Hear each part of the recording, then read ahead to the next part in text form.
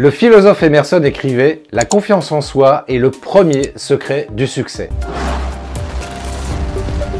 Il est vrai que nous admirons souvent ceux qui ont une confiance en eux infaillible, et ce, d'autant plus si nous sommes timides et doutons de nos capacités intellectuelles ou émotionnelles.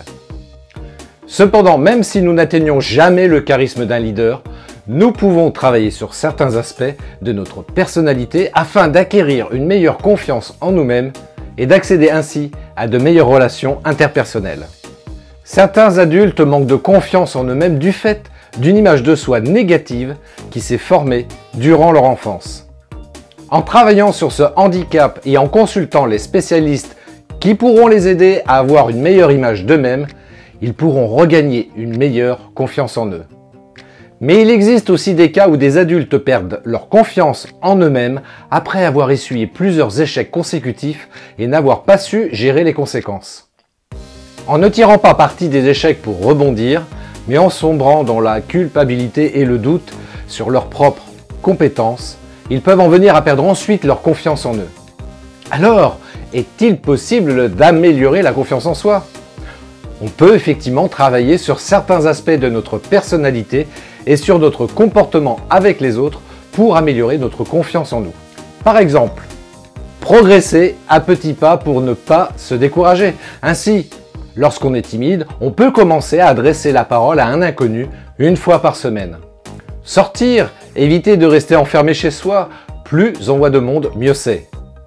S'amuser.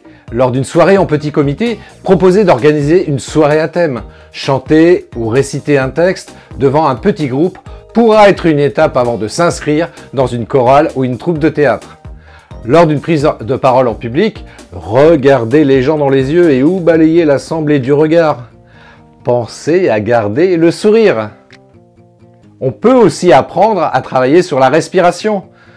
Dans ce cas-là, on peut se faire aider par la pratique du yoga ou de gymnastique orientale.